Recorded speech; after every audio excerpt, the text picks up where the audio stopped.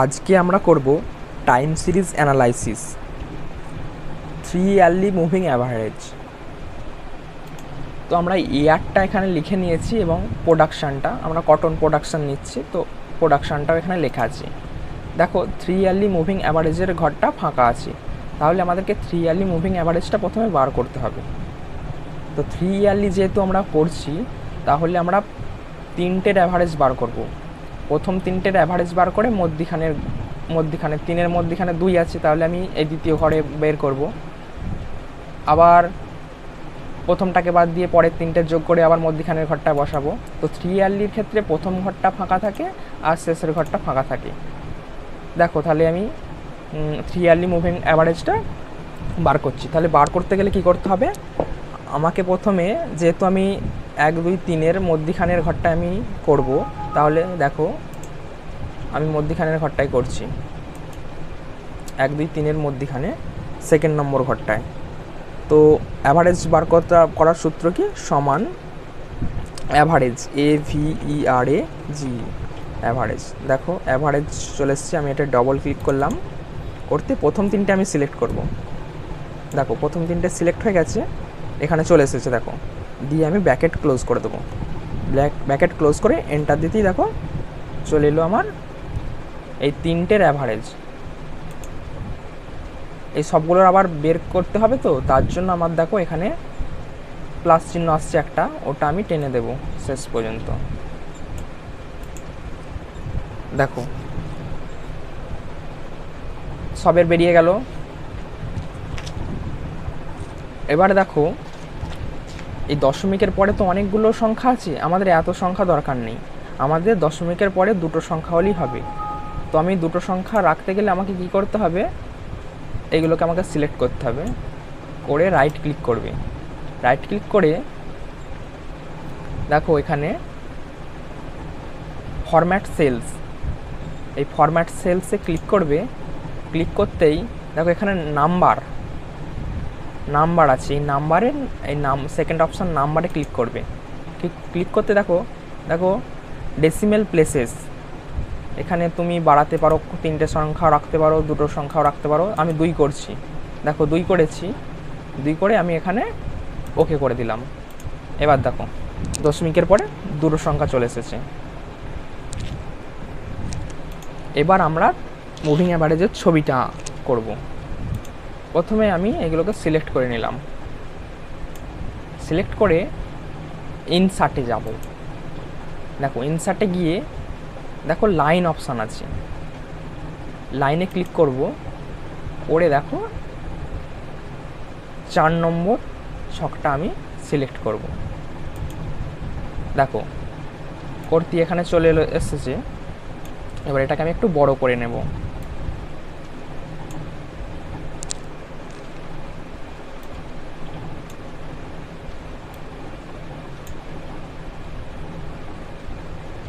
বড় করে নিলাম।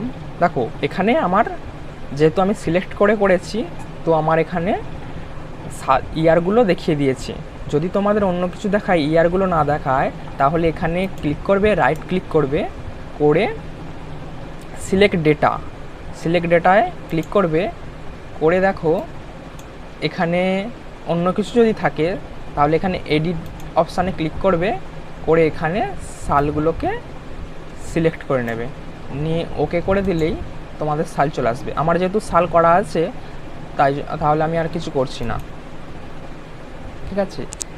এবার এই যে এইগুলো লেবেলগুলোকে রাইট ক্লিক করে ফরম্যাট লিজেন্ডে ক্লিক করে দেখো এখানে কোথায় রাখবে। আমার পাশে আছে, আমার একটা দেখতে ভালো লাগছে না, আমি এগুলোকে নিচে রাখবো, তার জন্য আমি বটাম করে দিলাম।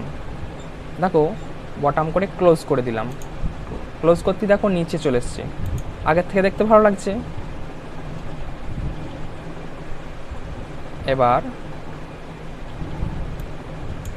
দেখো আমার 3 ইয়ারলি মুভিং অ্যাভারেজটা কমপ্লিট। এবার আমাকে কি করতে হবে, আমাকে টাইটেল দিতে হবে, ঠিক আছে। তো আমি এখানে লেআউটে যাব, উপরে লেআউটে গিয়ে চার্ট টাইটেল, দেখো চার্ট টাইটেলে আমি যেহেতু উপরে দেবো অ্যাবাভ চার্টে আমি গেলাম। যে দেখো এখানে 4 টাইটেল চলে এসছে, তো আমাকে লিখতে হবে কি time series analysis, time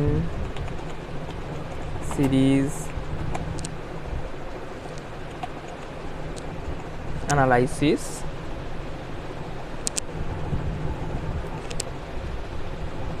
three yearly moving average. এখানে লিখতে হবে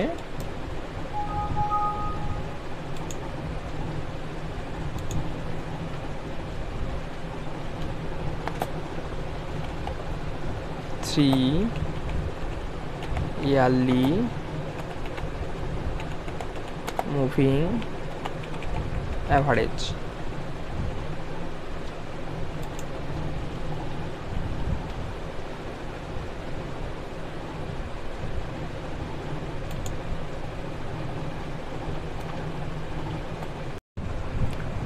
দেখো তো 4 টাইটেলটা আমি এখানে লিখে দিয়েছি, three yearly moving average.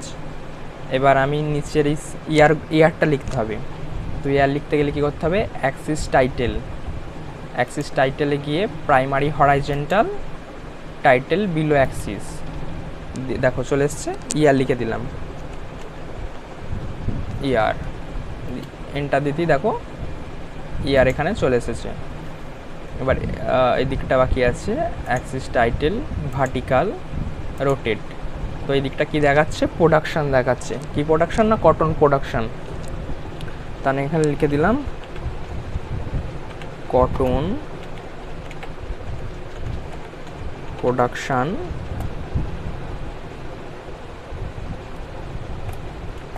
In million tonnes.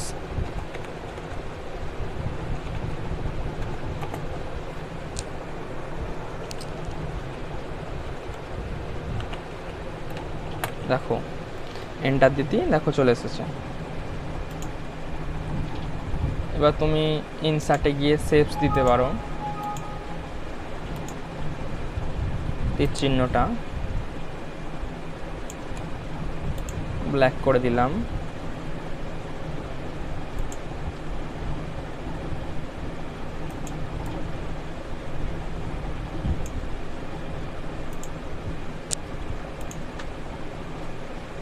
নিচে একটা দিয়ে দিলাম ইয়ারে।